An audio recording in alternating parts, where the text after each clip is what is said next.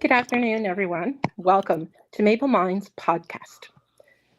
I would like to start by saying that I live upon the lands of the Lukwanga speaking people, the Sanjis, and the Esquimalt nations.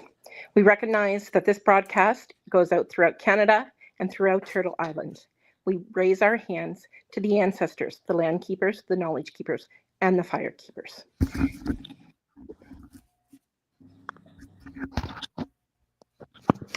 Take it away.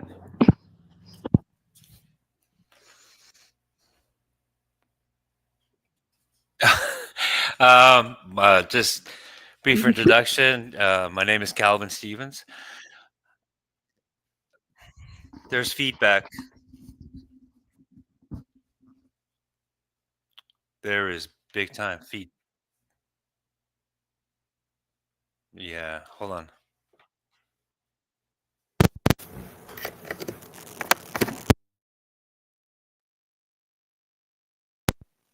No, something's lagging.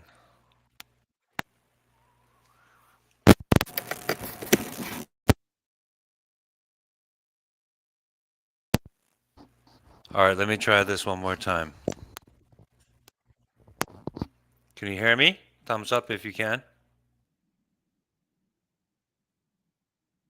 All right, my name is Calvin Stevens. I'm from.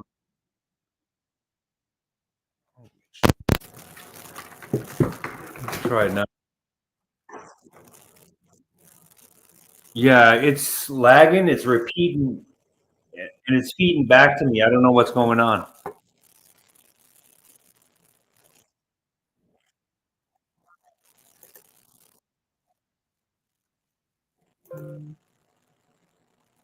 I can't even hear you guys. Me?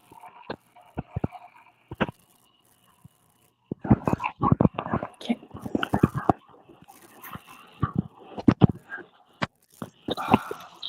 Shoot.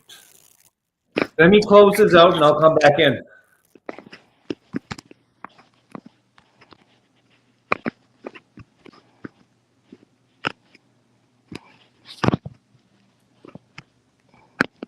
I was muted. Maybe I was the problem. You couldn't hear me because I was muted. That's why I said I'll be you.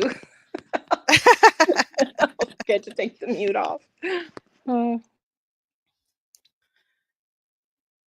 But he had a lot of feedback. We'll see. We'll have him back. You hear feedback?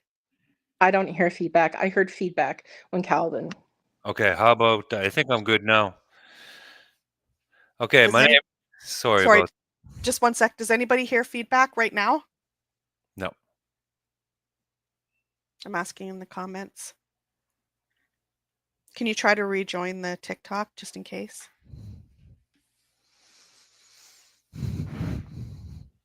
You sound good. Try to rejoin TikTok, and then we'll do your introduction. Okay. Yeah, I kicked you just in case that was the problem. Well, no, if you go back in and it's the problem. How's it? Yeah, it's good now, I think. It's good? Yeah. Okay, let's do your introduction. Hi, my name is Calvin Stevens. I'm First Nation. I'm coming to you from Nova Scotia, the unceded Mi'kmaq territory.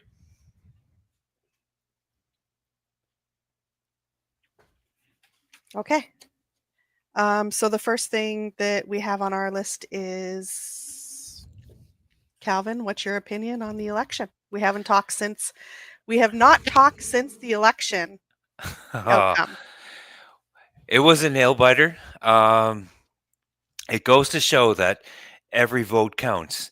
It was a difference of 611 votes in total across all write-ins across the country. That was a difference between the majority or a minority government. So I know a lot of Canadians out there, they feel like their voice don't matter, that their voice don't matter. Think about it. 611 votes away from a majority government. That is crazy. Statistically, that's a miracle. The I feel a lot of relief. The next day, it was a huge weight lifted off my shoulder because, as you all know, people that were following the events of the United States saw a distinctive pattern coming from the Conservative Party and Pierre Poilievre here in Canada. And everything that we thought was confirmed by Mark Carney clearly stating that this election is a matter of our sovereignty or not. So that created everybody from across the country to pitch in and try to help give Mark Carney an advantage here. And a lot of content creators all across the country stepped up and gave it their all. And for that, I am wholly thankful. I think everybody in this country not only owes a debt of gratitude to Mark Carney's campaign, but a debt of gratitude for all First Nation content creators all across this country that stepped up. And it's not content creators that are experts. When TikTok blew up in Canada, we didn't know what we were doing. We were just doing the best what we could and anything we could to help our country out. How do I feel? I feel like a lot of First Nations recognized that it was a question of not only our sovereignty, but losing our First Nation treaty rights. And this is the biggest reason why you see First Nations across the country stand up and go and get involved and vote. There's a few content creators. We work in a large group, and there's a few of us that are First Nation. So we are tasked to target First Nations all across the country. And we're with great satisfaction, the 5 specific write-ins that we were targeting, all of them got flipped from conservative to liberal. And that was Michelle Ferrari. The most satisfying write-in that we won was Michelle Ferrari's, because Michelle Ferrari was like the Marjorie Taylor Greene of Canada, right? Her mouth's so big, man, and lies just coming out of her mouth like it's crazy. So us content creators, we targeted campaigns in those specific areas, and we identified First Nations and their populations and used polling data to figure out what would be the best approach to dethroning these 5 conservatives in these 5 write-ins. And with that data, we made a campaign, and we had people on the ground there spreading our videos around. So I'm a nobody here in my community, but out west in in Curve Lake and some other First Nations, with us content creators are kind of known, I guess, because that's what I was told by messages coming in, and they stepped up, and I am grateful. I am very grateful, because typically First Nations don't get involved, and if you can imagine, there's 1.8 million of us in Canada, right? And Pierre Poilievre, it was almost neck and neck. You know, even when you look at the data from the Poland data, Mark Carney's final number versus Pierre Poilievre's final number of the election as a whole, Mark Carney barely got by, and he wouldn't have gotten by unless it was by First Nations.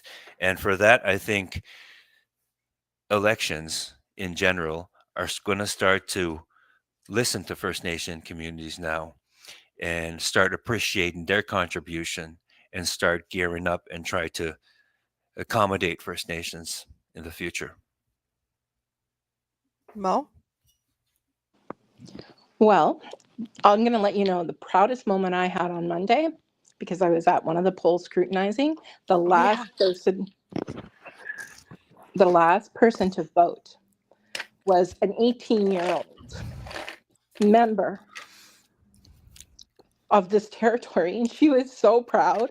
And I was just like proud auntie beaming. And I thought it was just so great to see because our youth are showing how strong they are. We grow stronger every generation. As far as the overall election, I'm very grateful and very happy. But can I say I can sleep comfortably now? No. I'm kind of worried what's going to happen when they go back into sitting in the House. And I have an ambition. If Pierre Poilievre is given a seat to run in a by-election, I vow I'm going to do everything I can to make sure that he loses that seat. And I think, Calvin, you would echo the same. Yeah, yeah. The content creators that we work with, our fight's not over. Mhm. We recognize that this is just a start, because the same tactics that were used in the United States were being used here, and the United States was betting on Pierre Poilievre winning this election, and so because they haven't won this election now, they're going right back to the grassroots of how they uh, gerrymandered each state in the United States, and they're going to do that to this country. And they're also already spreading lies and propaganda, trying to and rage bait people into not believing in this election and the fairness of it. I mean, it's pretty crazy. If Pierre Poilievre truly believed in democracy, was truly a leader, he would step down and accept the results and the voices of Canadians across this country. You did a good job. You got a lot of votes. But in the end, you lost. Now lose gracefully. What he's trying to do now is not cool. That is not listening to the democratic will of Canadian people. That's exactly our next topic. Pierre Well, Poilievre. Pierre Poilievre staying on after losing his seat. so to let everybody know what's going on, Pierre Poilievre lost the election. He lost his own riding, so he does not have a seat in Parliament anymore, and therefore cannot be leader. And so, what the United Conservative Party in Alberta is doing is they are rejecting Canadian voters' vote and decision to take Pierre Poilievre out of Parliament. And now, MP in Edmonton is voluntarily donating his seat to Pierre Poilievre. But Pierre Poilievre can't get on that seat unless there's a by-election. But just that act of giving up your seat for your Lord Savior, this is how the Conservatives see Pierre Poilievre, as their Lord and Savior, just like all the MAGA look at Donald Trump in the United States as their Jesus Christ Savior. This is how they see Pierre Poilievre. And this is a very, very dangerous way to look at a person. So this politician, this MP, is giving up his seat to give to Pierre Poilievre. You better bet your ass that everybody in Edmonton is going to show up and try to take that seat away from the Conservatives. Everybody all across the country is going to unite and do this. You saw this in the United States. People all across the country were targeting Florida because there was a special election in Florida, and they had a chance to retake the House in the United States. And there was also a Supreme Court election too for a judge. They lost. They barely lost the House seats to a Democrat. Republicans still won, just barely, but they did lose the Supreme Court seat. And Elon Musk and the Republican Party poured millions of dollars into that state to try to win that Supreme Court seat. It didn't work. They've gone as far as contesting the election results. So these people, Pierre Poilievre and the Conservative Party do not care about the democratic process. They don't care about it. They don't care about Canadians and their decisions. They're dead set on control in this country. I'm not sure if you know, but just before I logged on here, as far as the Edmonton seat goes, some of my followers have contacted that MP, and that MP denies that they're going to give their seat to Pierre Poilievre. That they said that that's actually not true, and they're not sure where people heard that. So, but I'm pretty sure they're thinking of some way to get him in for sure. Well, yeah, I don't trust them as far as I can throw them, because the exact same thing. The Republicans, the Conservatives, will say, "Oh, that's not true. Oh, that'll never happen. We're not doing that," and then turn around and do it. Like, you can't trust a word from their mouth. I typically don't trust politicians at all, let alone conservatives. Mo? I think an important piece to note is that Doug Ford and Tim Houston, both Conservative premiers, came out and would not support Pierre Poilievre in the party. In fact, I watched a news segment with Tim Houston today, and he was basically asking Conservatives to search their souls. And he meant federally. Yeah, I saw that. Yeah. The writing's on the wall. We can't let him win a seat. Yep. And you know what? There's a few people within the Conservative Party that are actually asking the party to do some soul searching, because when you allow a parasite, a virus like Pierre Poilievre, Danielle Smith, Andrew Scheer, um, Stephen Harper, if you allow them to infect you, and if you don't purge them from your system, they're just going to keep coming back over and over and over again. And the infection is going to get worse every time. Do you think that his cabinet will vote him out? Because they do have that power on constitutional law. Or do you think they'll be too afraid to vote him out? They're too afraid. I guarantee you they're too afraid. Why else would he have such an iron control fist over the Conservative Party all through these years? There's got to be a reason why. There is no rhyme or reason or logic why Pierre Poilievre should have such an iron claw fist around his party. Every MP that's in there in Parliament parrots his talking points, does not talk out of line, supports what he supports, and does what he tells them. They defend him even though he's lying. And don't forget, they're not allowed to speak to media either. No, and they're not allowed to speak to media. They're not allowed to have independent minds. It's a cult. I'm sad to say that the Conservative Party of yesterday is no longer. It is a cult. And the small fractions, like the Tim Houston, the Doug Ford, that still remain independent, they're being shunned by Pierre Poilievre. The message coming from Pierre Poilievre's party, election campaign party, they told Tim Houston, if we get in, we're not going to lift a finger for Nova Scotia. And you still, and this is the crazy part about it, and this is what I don't understand. There is still such a large following of conservatives in Nova Scotia.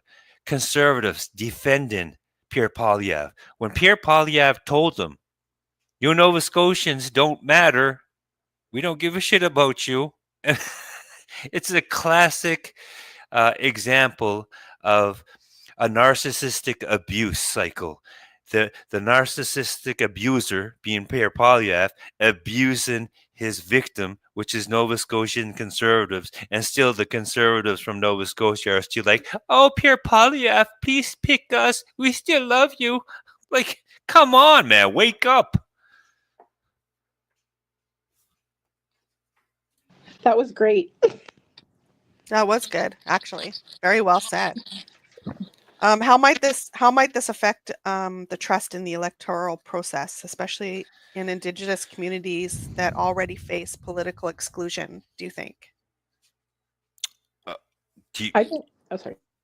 Go ahead. I think it actually, we've seen more Indigenous voters go out in this election than any other time.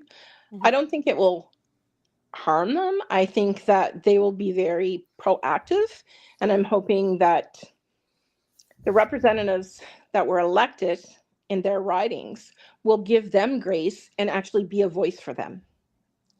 If they're not, it's going to be back to the distrust. Because when you're talking about truth and reconciliation, saying the words means absolutely nothing. You have to show your actions. Yeah. Yeah. I think Mark Carney has to come to the what is it, the First Nation General Assembly that represents all First Nations across Canada. AFN? AFN. I think Mark Carney has to go to AFN and thank all First Nations, first of all. Don't let us down. Because if you let First Nation people down, they won't show up for you next time. So, which will give a wide open door for Pierre Poilievre to walk in. So, with that being said, I would expect, and there better be, more recognition and representation and better treatment and recognition of First Nation rights across Canada now. Because you know what? We stepped up and we saved your ass. So now it's time to pay back a little bit of our favor. And it's time to really tell the truth about UNDRIP and honor treaties. Exactly. So do you want to segue into the next segment where we'll talk about the wonderful, not so wonderful Danielle Smith? The Marjorie Taylor Greene of Canada? Why not? No, that's not the Marjorie Taylor Greene of Canada. That's that was Michelle Ferrari. What would Dan? Oh, Mar-a-Lago Smith. Oh yeah, I remember her nickname now. Let's just give this a watch. I can't find my screen. Here it is. It thrives when people trust the process. They need to know that they can take part in a simple and easily accessible process. They need to be confident in and to trust the election results. And they need to know where financial support for candidates and parties comes from. So we are introducing Bill 54, which is the Election Statutes Amendment Act, to make elections at every level in Alberta more transparent and democratic. If passed, the use of electronic tabulators and other automated voting machines would be eliminated, requiring all ballots to be counted by hand to protect election integrity. The unofficial vote counts will be required to be complete within 12 hours of polls closing to provide timely, reliable results, ensuring Albertans receive fast and accurate election results. The practice of vouching at voting stations where a voter without identification could simply have their identity vouched for and verified by another eligible voter will end. Our government has made a commitment to restore public confidence in identification and voter eligibility verification processes through the elimination of vouching. We are expanding access to special ballots to improve voting accessibility and to protect voter privacy. These changes would allow any voter to request a special ballot without needing to provide a reason and allow special ballots to be sent overseas or to remote locations earlier. And we're protecting integrity by requiring voters to personally request their special ballot. Voters will also be required to vote in their constituency of residence or by special ballot. These changes will ensure that all Albertans have ample opportunity to have their say at election time and that Alberta's elections are open, secure, and accessible. We are expanding opportunities for Albertans to be involved in direct democracy by making changes to the threshold needed for successful citizens' initiatives. The signature collection time for citizens' initiatives will be extended from 90 days to 120 days. We are also improving the process by setting the threshold to be 10% of the number of eligible voters who participated in the last general election, as opposed to being either 10 or 20% of total registered voters. Additional amendments will update rules to make it easier for Albertans to hold their elected officials accountable through MLA recall. These changes would extend the recall signature collection time from 60 days to 90 days and lower the signature threshold to be 60% of the total number of electors who voted in the electoral district in the most recent election, as opposed to 40% of the total number of electors in the riding. Recall legislation and citizens' initiatives give Albertans more ways to be directly involved in democracy and to have their say on issues that matter to them. There are many more changes in the proposed bill. And so this opens up, Keith Wilson saying here, breaking Premier Smith unveils major updates to Citizens Initiative Act. Now only 177,000 signatures are needed to trigger a referendum on Alberta independence, down from 600,000, plus the signatures collection period extends from 90 to 120 days. Keith Wilson is the lawyer that was involved with the Freedom Convoy. Yeah. And here is their plan here. I just want to address a comment that is on TikTok from somebody named Admin. Admin says, why do you all care what Alberta does, since none of you are Albertan and seemingly don't give a poop? Why? Yeah. Okay, first of all, why do we care about Alberta? Because Alberta is still part of Canada and is still First Nation unceded territory. Number two, we take care of our own. When oil is not producing, guess who takes care of your ass? The rest of Canada. There are still good and decent people that are not part of the conservative cult in Alberta. So, as human beings, we care about those other people to take care of them. That's why we care about Alberta. Mhm. As Indigenous people, Oops. we're told that not only do we work forward for this generation, but the next 7 generations. And what she's proposing to do will have great impact. She can't just compensate land. She can't. Okay, I'm going to get emotional, so I'm going to stop. Well, not only that, another reason why we care so much is because we know what divide and conquer is. They want Canada to fall and become the 51st state. And if you're too stupid to realize that, maybe you need to pick up a book and start reading about divide and conquer tactics of warfare. So we're not going to let Alberta become independent and break away, because that'll weaken the rest of the country and endanger the rest of the country and each province. So that'll endanger my kids in Nova Scotia, that'll endanger the kids in New Brunswick and every other province around there.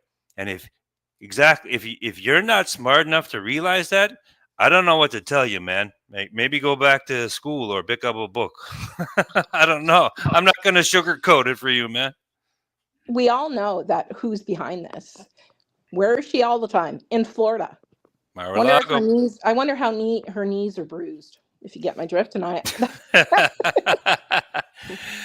Was that Mar-a-Lago Smith? Yep. So, I have a lot to say on Danielle Smith and that new Bill 5-4. I did a TikTok on it. If you want to know the details of it, go on to my TikTok, Calvin Stevens 1. Look at the video, share the video. The next video I'm going to do is how you are going to take action and practice your civil duty on how to pressure the conservative government from not doing this. So she's saying this is what frustrates me, okay? So we've got politicians sugarcoating legislations and lying to the general public. Oh, this is for transparency. This is for democracy. This is to ensure people are following the democratic process. This is such a sack of shit. I'm not going to sugarcoat it.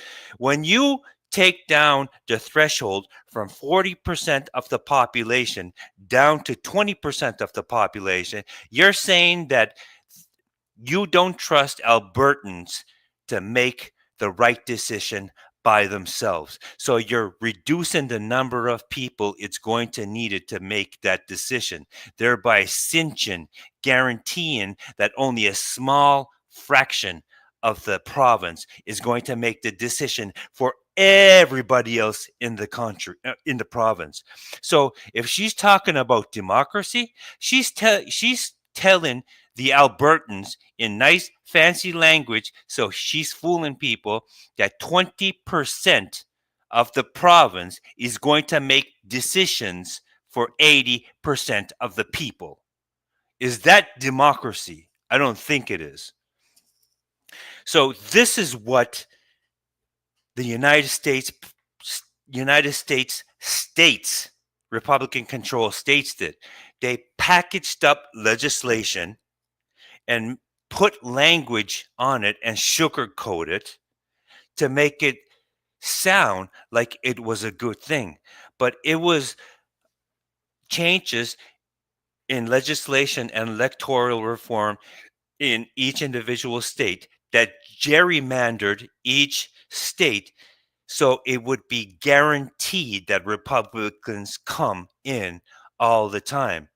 So she's not talking about democracy. She's talking about authoritarianism. This is what Viktor Orban does in Hungary. He rigs the electoral system so he himself and his political party are the only ones that keep getting elected in. Another example is Vladimir Putin. He has gerrymandered the electoral system there, so only him and his cronies come in. So she's talking about democracy. Does she think the rest of Canadians are that stupid? No, we know exactly what she's doing. So what's going to happen now? She knows the power of First Nation voters now. She knows the power of when First Nations are called to action, we will show up when it counts, when it's needed. And now she knows that. And she has a huge First Nation population in Alberta. So she's scared. She doesn't want the First Nation population to rise up against her. So what does she do? She changes legislation in this bill so it doesn't require the chief electoral officer to put voting stations on First Nation communities. So, and First Nation communities are far removed from city centers, So if you take away a voting poll from a First Nation community, you're effectively eliminating First Nation votes completely. But what's to stop her from doing something worse? What's to stop her from completely redistributing the voting stations? She'll be like, okay, these people vote NDP. I'm not going to put a voting station there. I'm going to go put it about an hour down the road. That'll decrease the chances of New Democrats going an hour away to vote. You see how dangerous this legislation is? This is absolutely crazy. This is such a betrayal of public trust. And this needs to be addressed, not only by Albertans, but it needs to be addressed at the federal level. This is a subversion of democracy. This is a betrayal and an attack on the democratic process within Canada.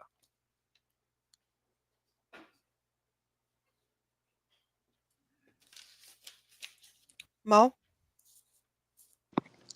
I think Calvin's has summed it up. I don't know if I can add any more to that. Except we have to stand together, and we're going to have to look at who we can run, probably as an Indigenous person, if there's going to be, if she's going to go this way, then we need to have candidates that will stand up and run against them. Mm-hmm. Yeah, people have to stand up. I mean, even the ID requirement. I'm from a First Nation community. I live on a reservation. I am present. I've been born and raised on a reservation, and a lot of us are still living in poverty. So when it costs you about $120 to buy an ID, some people don't have that luxury to buy a $120 ID, a government issue ID. They usually have their birth certificate and Indian status, and that's all that they need to get by in life. When you're so poor, that's all you can afford. And then her requiring people to get a government issue ID. But this is just not First Nations, too. There's a lot of people in Alberta that are that poor. They cannot afford a expensive ID. So she's disenfranchising all those people too. And it's going against our Charter of Rights and Freedoms. It's going against our right to vote. And Stephen Harper tried to do something similar when he was in office, and it was contested by the courts, saying that it was unconstitutional. But luckily, Justin came in, and even before getting to the courts, it was Justin threw it out. Like, come on. Does it take a turnaround in prime ministers, somebody that follows the rule of law, to recognize that something is being done that's not in the best interests of Canadians? What if Justin didn't come in? What if Stephen Harper stayed in? Then all of us would have been disenfranchised from voting within the electoral system in federal elections. I wouldn't be here right now. A lot of my people wouldn't be here right now. We wouldn't have 12 First Nation MPs that are now elected in Parliament. We wouldn't have any of that. And now that there's also people that work. No. She's saying that you have to vote within your electoral riding. So as a person, I work all day. I go to work, then I go to work again. I'm not in one place all the time, right? And so, and that's the same thing with people in Calgary, Edmonton, Alberta, like all of that area, and Banff and Red Deer. I mean, a truck driver can be living in Edmonton, but his truck route might take him to Calgary and then to Banff, and then he'll have to stay there overnight. And so, under the current electoral system, you're allowed to vote no matter where you are within a province. But under her reform, that truck driver, that voter that lives in Edmonton, will not be able to vote if he's somewhere else, thereby disenfranchising that truck driver. And this goes for all employees that are traveling when they're working.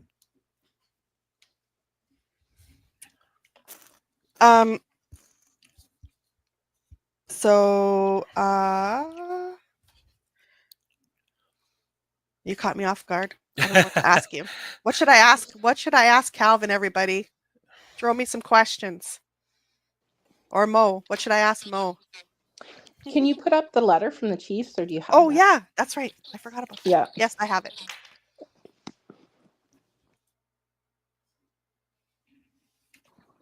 So this is the letter from the Chiefs in Alberta. If you want to talk about this, Mo.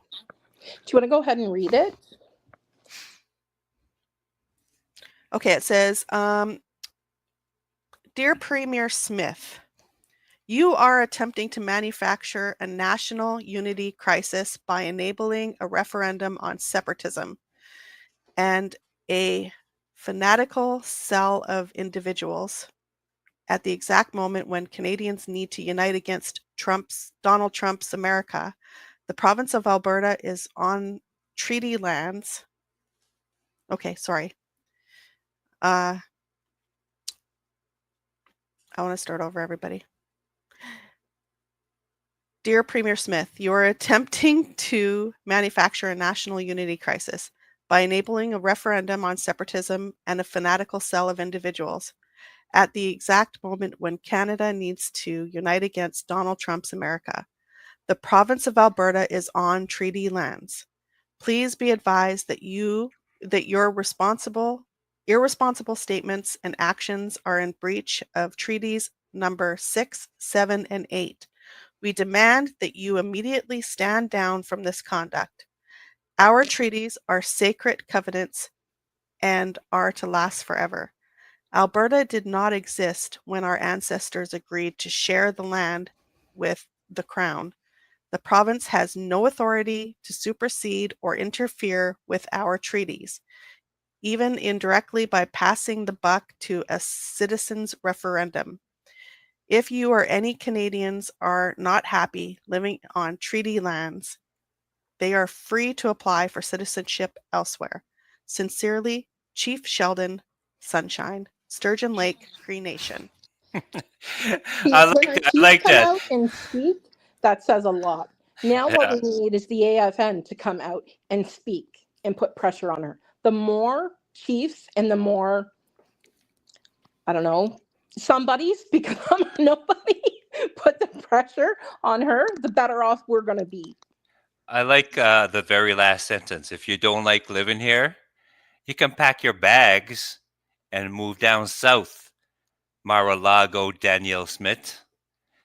I swear to God, if she hates this country so much, move your ass down to the United States.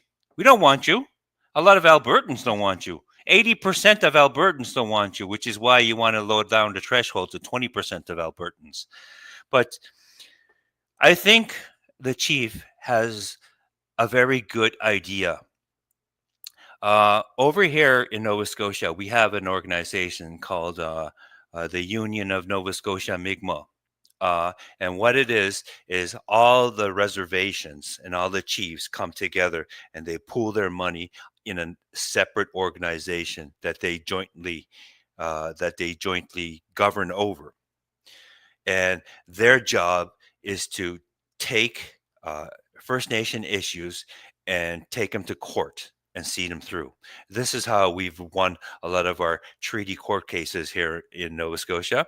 So my suggestion to all the First Nations in Alberta, if you're listening, hopefully you have an organization just like ours in Nova Scotia that is funded by all of your reservations.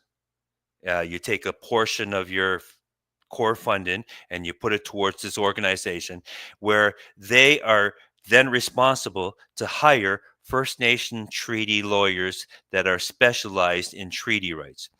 Then what you should do is you would take this and you file it with the federal court, and a cease and desist letter is nice. But does Danielle Smith have to listen to it? No. But if you actually file in federal court against Danielle Smith and her actions, then she's going to have to stop what she's doing. She's going to have to, the United Conservative Party have to stop what they're doing, and they have to adjudicate this in court. Because what she's doing is unconstitutional, and he's exactly right.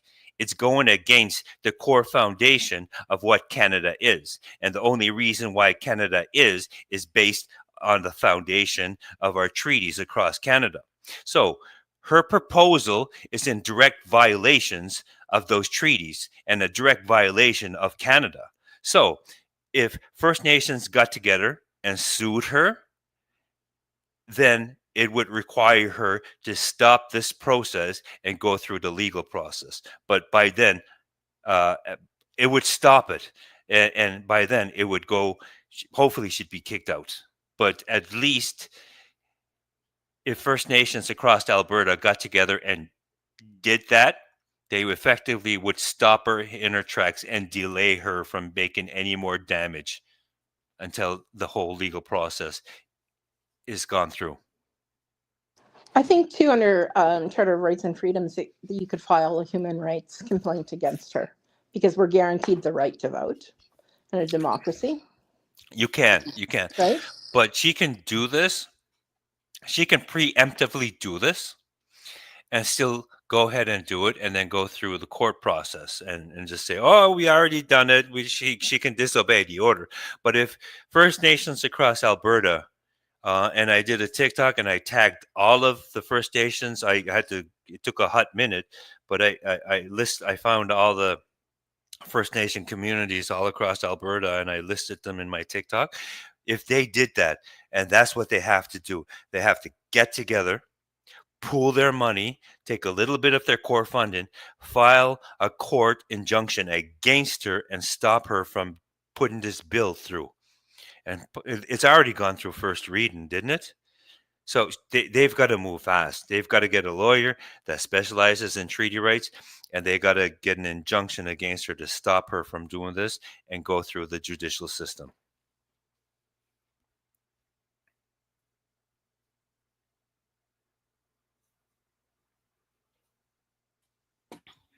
Yeah, sorry, I'm just looking for the clip of Danielle Smith answering to. Holy, it's blurry. It's blurry, but you can hear it anyways. Let's.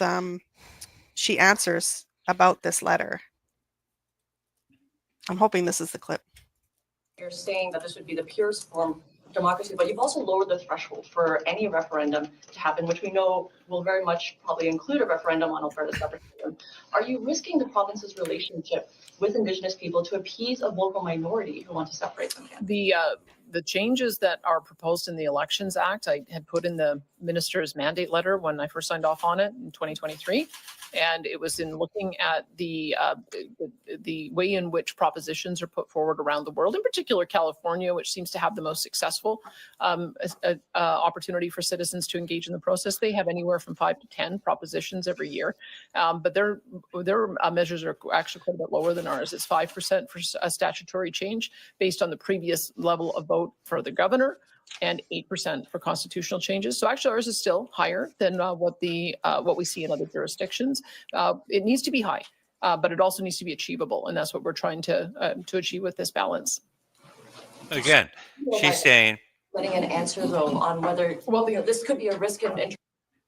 Sorry? Again, what is she saying?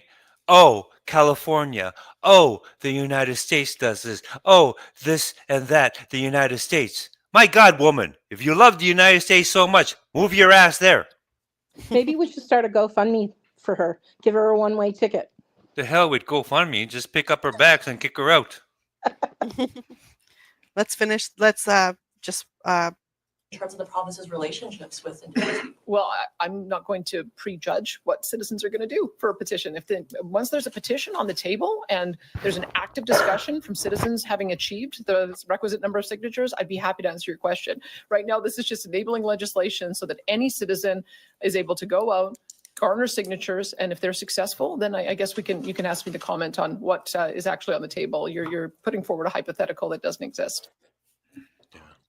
I hate that. The feeling I get from this is the same as what Elon Musk was doing, going around and basically paying people to gather votes and signatures. And I guarantee you, she will stoop that low.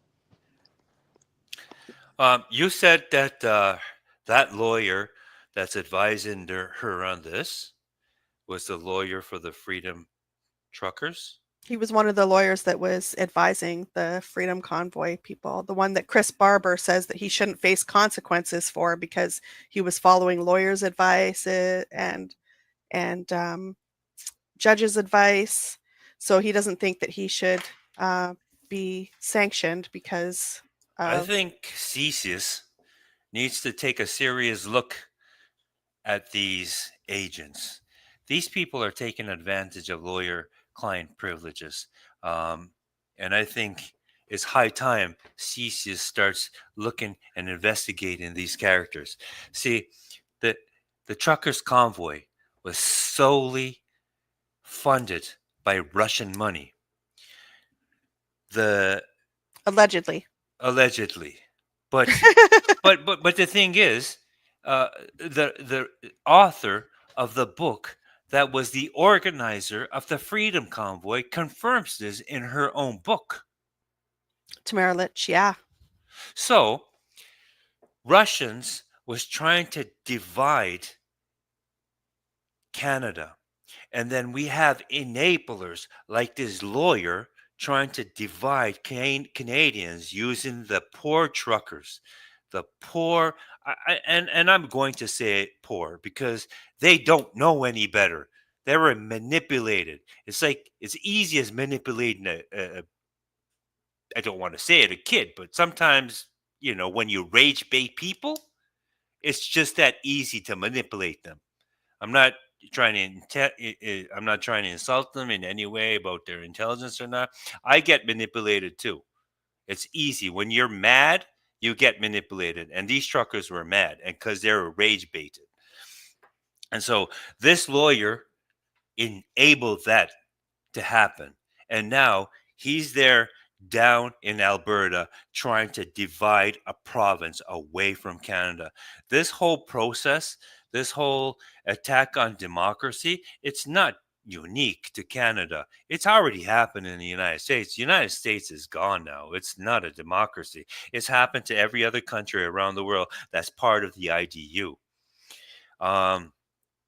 Just to give you an example of how bad it has gotten in the United States, and this is it's a large media blackout here in Canada, so people don't know what the heck is going on in the United States.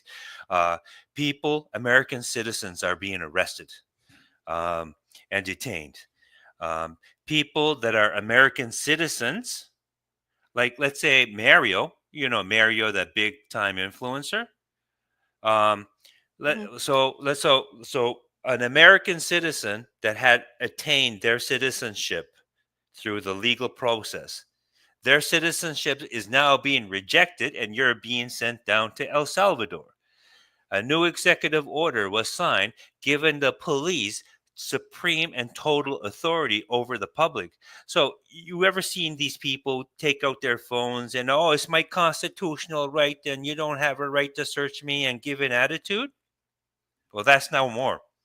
Every police officer in the United States can search you without probable cause. They don't need it. They don't need it. And all of this attitude that people said, oh, this is my First Amendment right, doesn't exist anymore. The United States has the military on the ground all across the border, stretching across the entire country on the southern border. They have boots on the ground now. They have active military members. No time in American history was there ever American military boots active and stationed in the United States. Mm-hmm. Like this is absurd. Like absurd. He's defying Supreme Court decisions. He's arrested a judge, and he's threatened other judges if they interfere with the administration, they will be jailed. He's also going after 17 law firms. Yes. In the United States, and wants to basically arrest them and put them in jail because it's a vindictive, because they were the people that went against him and brought up the charges in his impeachment. So did you hear his latest tweet, his rant at 5:00 in the morning? Yes. He said, I run the United States and the world. I run the world. Yep. And he texted this to a news agency, a reporter that subsequently got an interview with him because of it. Like, this is crazy. I run the country and I run the world. And nobody's safe from him, because today he came out and the reporters were asking him about the tariffs, because toy manufacturing companies are saying they're not going to be able to afford to stay open with the price of duties and the materials they need. So his answer to the reporter was, well, then the kids don't need $30. $2 will be fine. Like, he's dictating what you can put under somebody's Christmas tree. It is ludicrous. The man is batshit crazy. So it's 4:00. It's time to start closing off the YouTube portion, and then we'll move over to TikTok for about a half an hour, and people can come up and talk and ask you questions. One last message, a call to action. Get the address of Danielle Smith's office. Stage protests out there. get the emails of all United Conservative Party members, send them letters.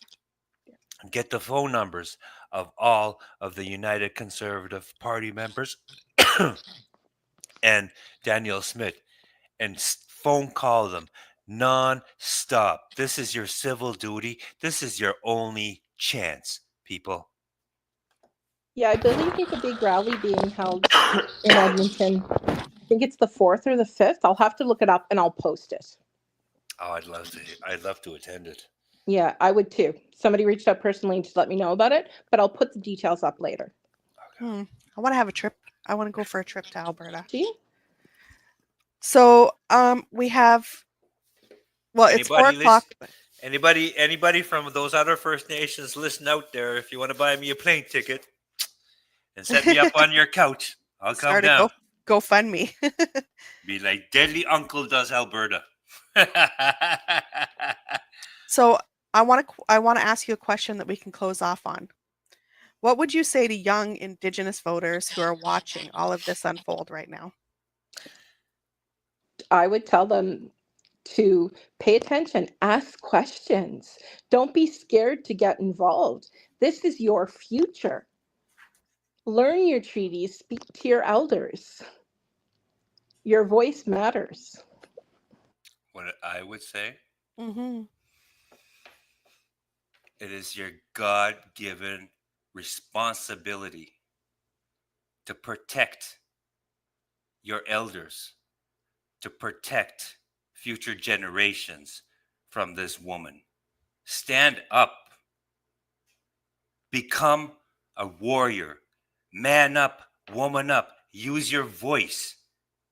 Your people are depending on you. If you don't do anything, their rights are gone if Smith accomplishes what she set out to do. So don't let it happen. You are warriors, all male and female warriors. Stand up and protect your elders, protect your children, and protect future generations. Okay. So we're going to close off the portion of the YouTube and the podcast. And you guys can go to your TikTok profiles and sign on there. Yeah, we'll take some questions there, I guess. Yep. Bye, everybody. Oh, and subscribe.